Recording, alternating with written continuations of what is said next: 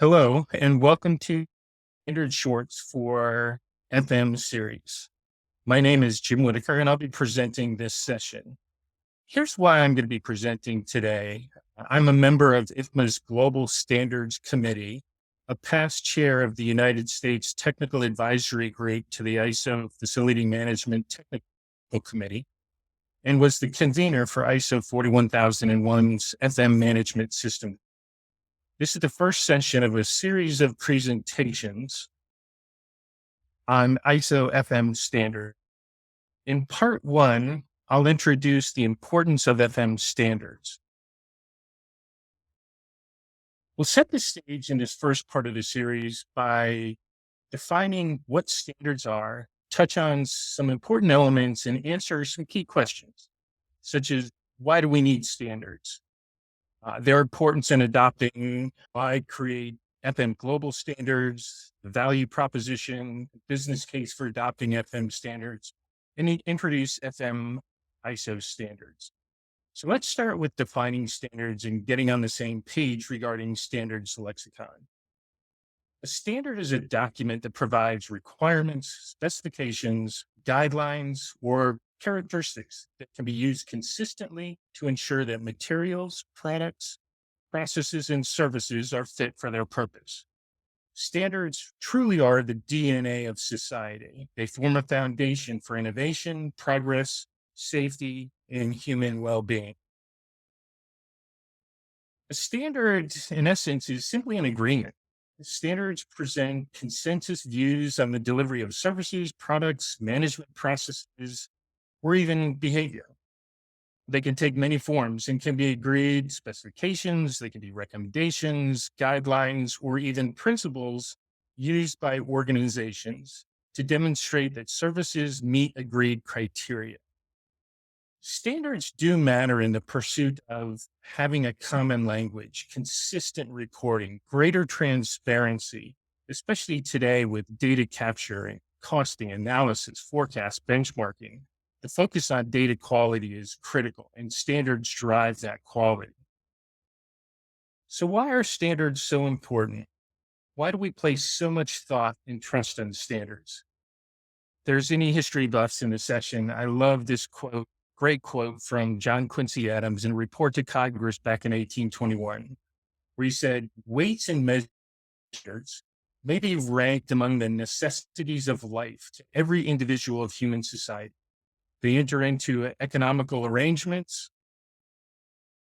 and daily concerns of every family. They're necessary to every occupation of human industry. But why do we need FM standards specifically? Let's set the stage by looking at today's reality.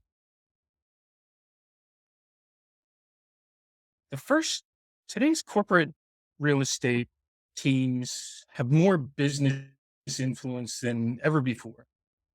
This is due to rapid advancements in data quality, accessibility, innovative technologies, increasing C-suite emphasis on corporate real estate, as a value driver, increased workplace responsibilities, and a new way of working, as well as expanded FM delivery capabilities.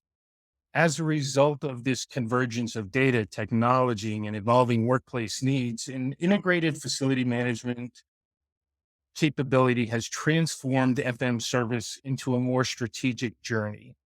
Compliance with contractual, financial, operational, ethics, or other statutory requirements is part of this enhanced FM journey. And the first step in navigating the compliance journey is developing a keen understanding of the distinct elements driving the increasing breadth and depth of compliance. Then organizations can look towards the role that standards play in achieving compliance and apply fundamental elements and effective compliance programs to their own compliance. It's not just about compliance, though. Standards can also provide strategic frameworks and tactical processes to guide FM organizations on this journey to operational excellence. Our world of work today requires global supply chains, international partnerships, and the ability to trade freely to do business across borders. The FM profession has direct impact on the productivity of every individual that works in and around buildings. The FM also plays a role in the security and quality of life of people around the world. In order to do this, we need the need exists to establish international standards that will enable the discipline to evolve in a coordinated manner. This is the objective of ISO standards. Therefore, to make valid contribution to this process at a strategic level that ISO member countries can adopt. Take a simple example. Our signs and symbols are standards. They're common language among you, your staff, your peers, our industry, all human beings. This is what we're creating with ISO. These standards to be able to know visually what we need to do, whether to pass or stay in our aim lane. Another good example is thinking about globally harmonized system of hazardous communications. Almost 2 decades ago, the United Nations adopted the globally harmonized system of classification and labeling of chemicals. The GSH includes criteria for classification of health, physical, environmental hazards, as well as specifying information that should be included on labels, hazardous chemicals, and others to keep people safe. We need to consider what's most important to our organization. So, where standards apply to achieve these desired outcomes? Can you achieve these desired outcomes without standards? And if so, can you truly measure these outcomes confidently without the use of standards? What's most important to you in your organization? Is it benchmarking? Is it minimizing risk? Is it meeting customer demands? Enhanced reputation and brand of your corporate entity? How do standards apply? And can you achieve these outcomes and quantify these without the use of standards? Standards are all around us, and we largely take them for granted. However, without standards, product quality, even safety, could be left to chance and determine, not just cost alone. The value proposition of standards is the focus on quality of life. How do we improve procedures, productivity, and performance? I mentioned regulatory compliance and providing safe workplaces, but it's also about optimizing the life cycle performance of our facilities, managing costs, improving resilience and relevance of our facilities, and better organizational identity and reputation, ensuring that we protect our brand, but also improving the quality of life.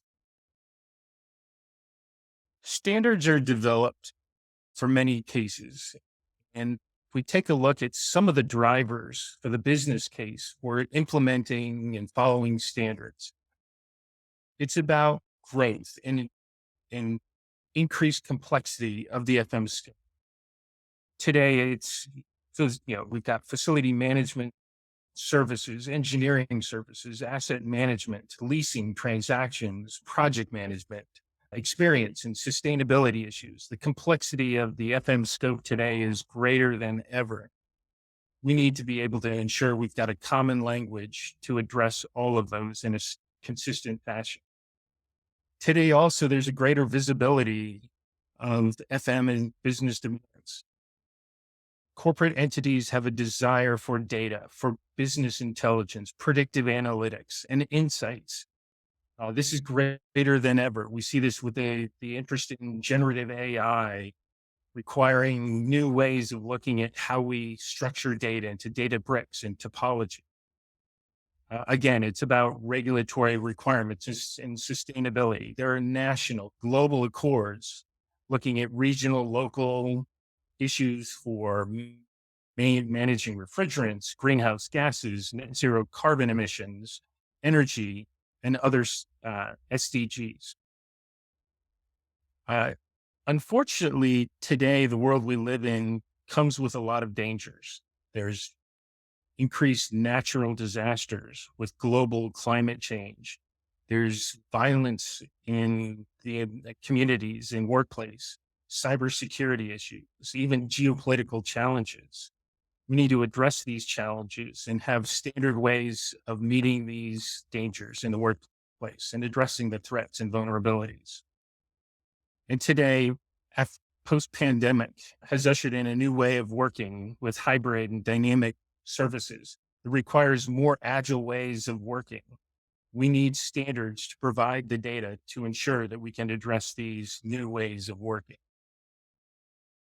A lot of research has been done on the value of standards, studies indicating that the use of facility management standards and ISO standards can create a competitive advantage through improved performance.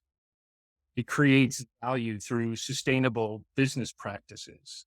We can minimize disruption, more resilient facilities, effectively managing risk. And we can ensure quality through a common language and standardization.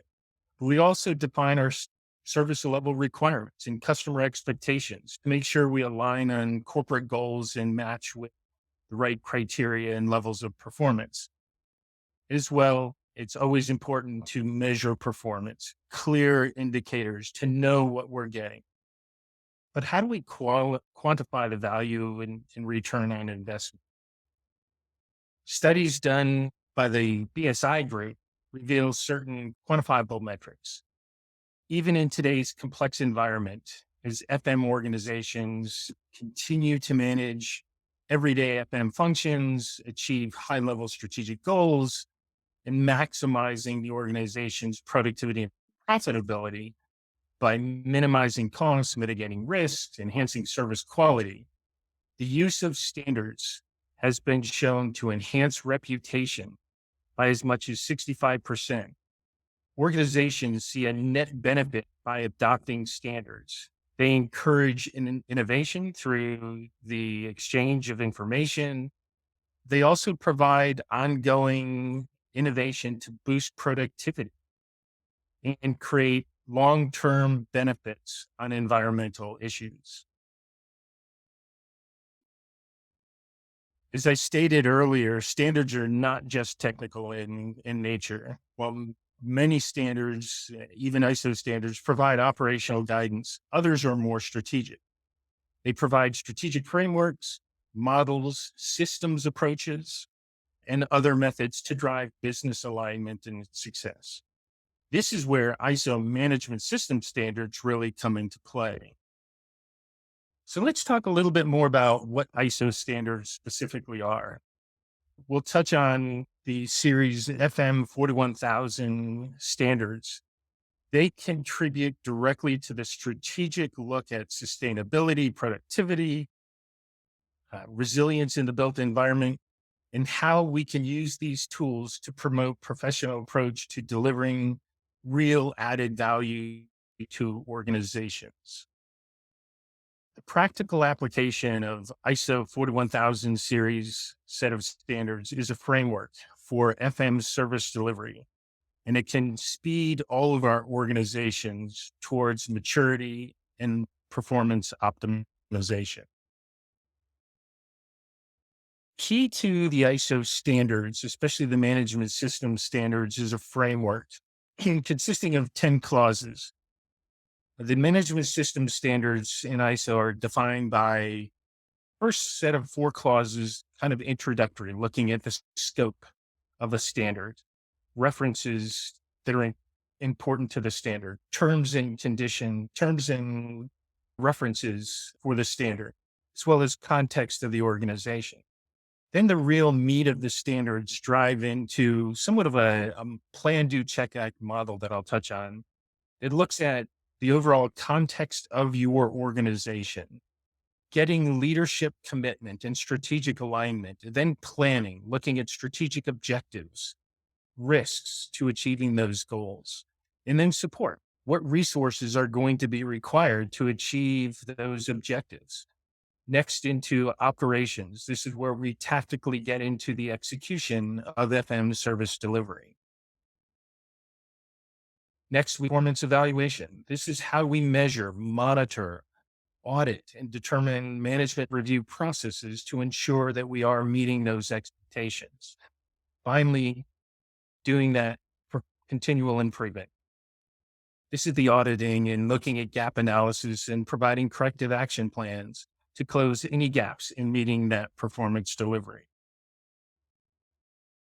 ISO also embraces a bit of a capability maturity model in its standards that looks at a journey. Everyone in every FM organization has their own journeys and standards deployment. The key is to understand where you are on this journey and create a roadmap to enhance your personal and organizational capabilities.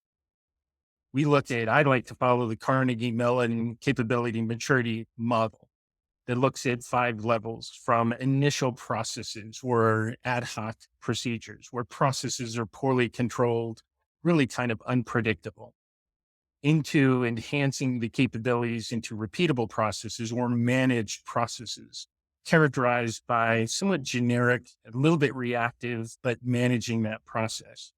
Next, we really get into the use of ISO standards in defining the processes, tailoring and configuring those to a more proactive approach, and then adopting that managed level processes to be measured and controlled, and then optimizing where we're really focused on that continuous improvement.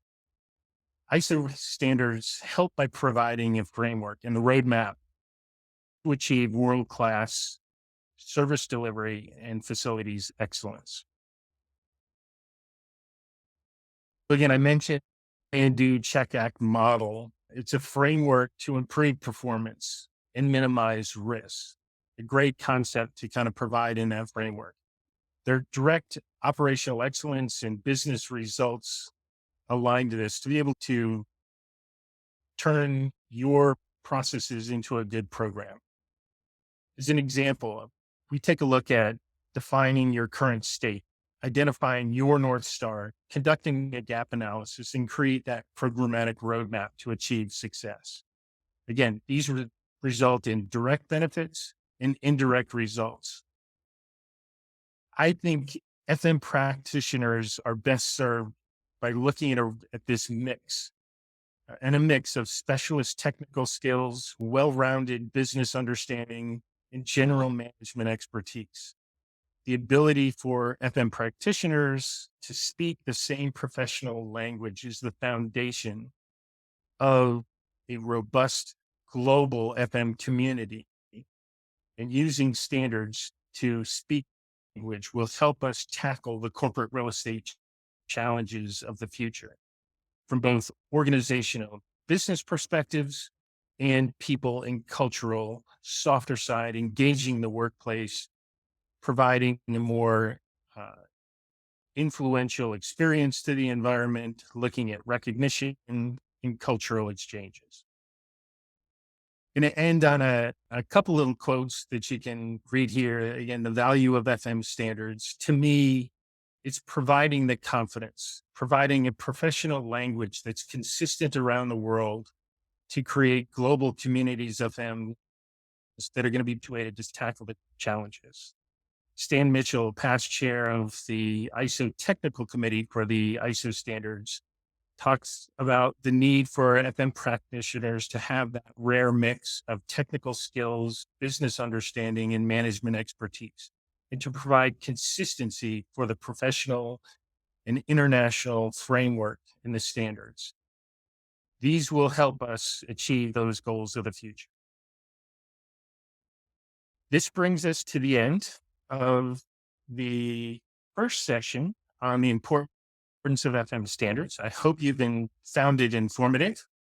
If you have any questions regarding the technical content or have interested in additional sessions or even getting involved in ISO standards development, please reach out to the IFMA support via the website or email shown on this slide. And be sure to reference IFMA ISO standard shorts in this series. Thank you very much.